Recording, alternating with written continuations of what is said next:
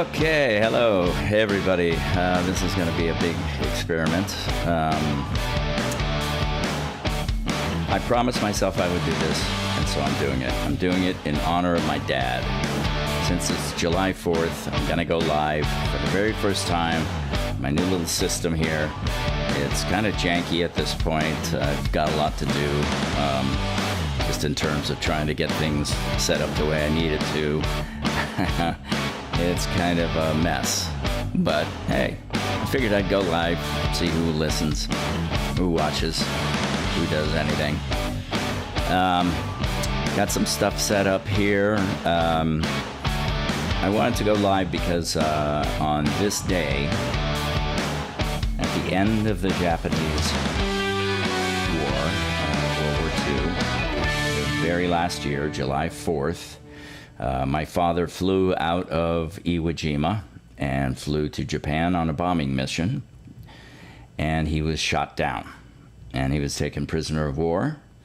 Fortunately, it was right towards the end of the war, so he wasn't there for a really long time, but he did tell some pretty harrowing stories.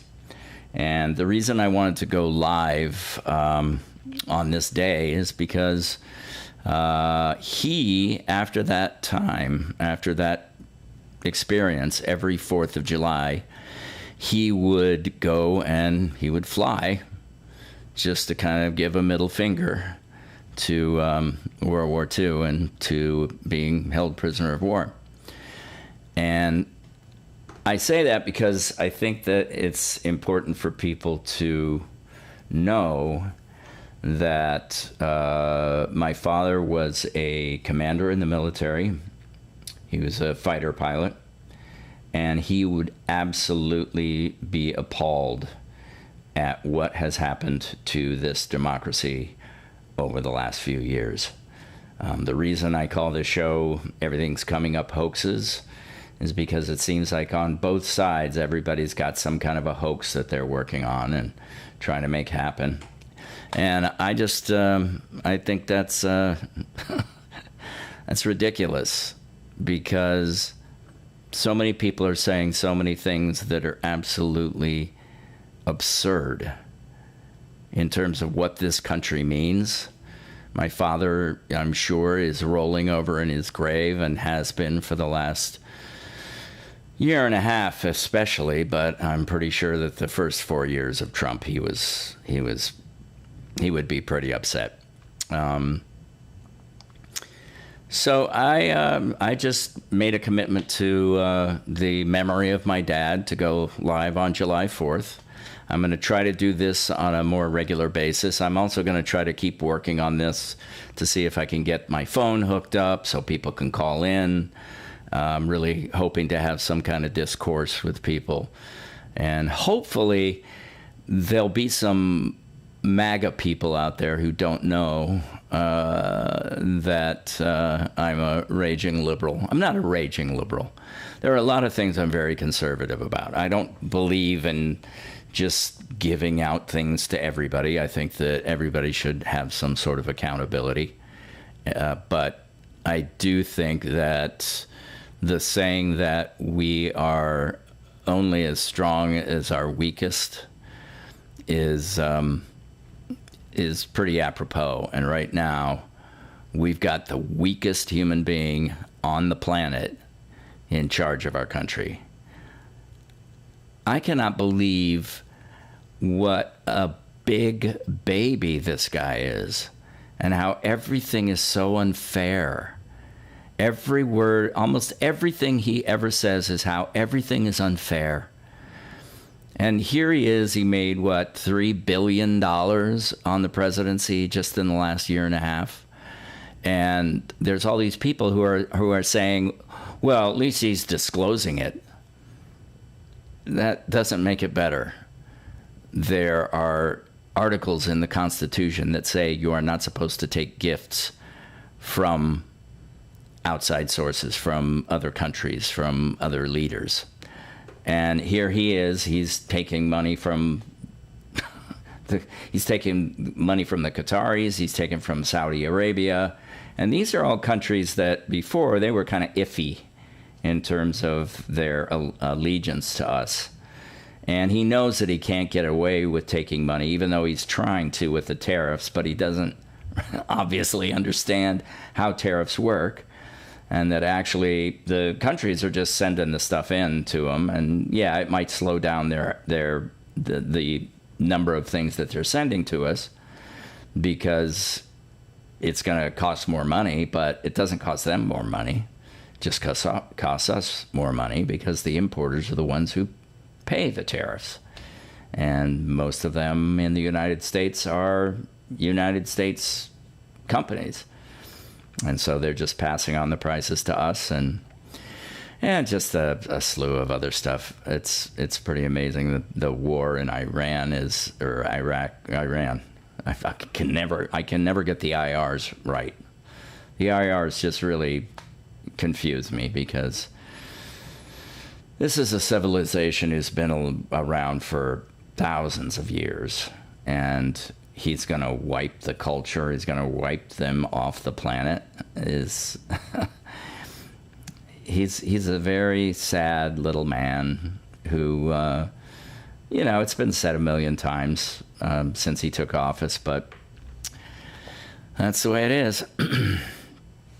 So I want to talk about a lot of things. There's a lot of things I think that people bring up when they're talking about things in politics and just the country in general, that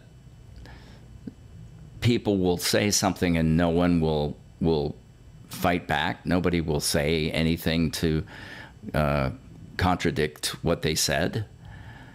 Some of the things that people keep talking about on the right is they keep saying that the economy under Biden was so bad. And I just want to remind people, this is one thing I rarely hear people say. I have heard a few people say it. But whenever a Republican pundit said something about, oh, everything was so bad under Biden, nobody says, well, when Biden came in office, we had just come through what? What had just happened? A global pandemic where everything shut down. Where if you look at the planet itself, they have satellite images of the planet itself and how all the lights were on before the pandemic. And then when the pandemic was happening at night, you could barely see any lights because everybody was inside.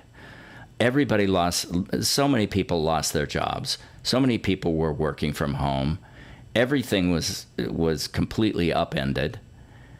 And the economy was in bad shape when he got it. And things don't change overnight. One of the things that I remember when Obama took office is it was literally 2 months into his term. And so many people were saying, look at what he's doing to the economy. He only had 2 months. He couldn't really do a lot to the economy in 2 months. Same thing with Biden. He got this terrible economy that just kept getting worse. And yeah, unemployment was still going up. The GDP was still down. It was, inflation was way up. And by the time he left, after 4 years, unemployment was down, the GDP was up, inflation was down. And now look what's happened. Now, Trump's been there for a year and a half. He's only been there for a year and a half, and look what he's done to our economy. GDP is completely tanked. We're paying so much for gas, for food. Unemployment is going up. Jobs market is terrible. He keeps saying there's going to be all these wonderful jobs that are going to be coming to us at some magical day in the very near future.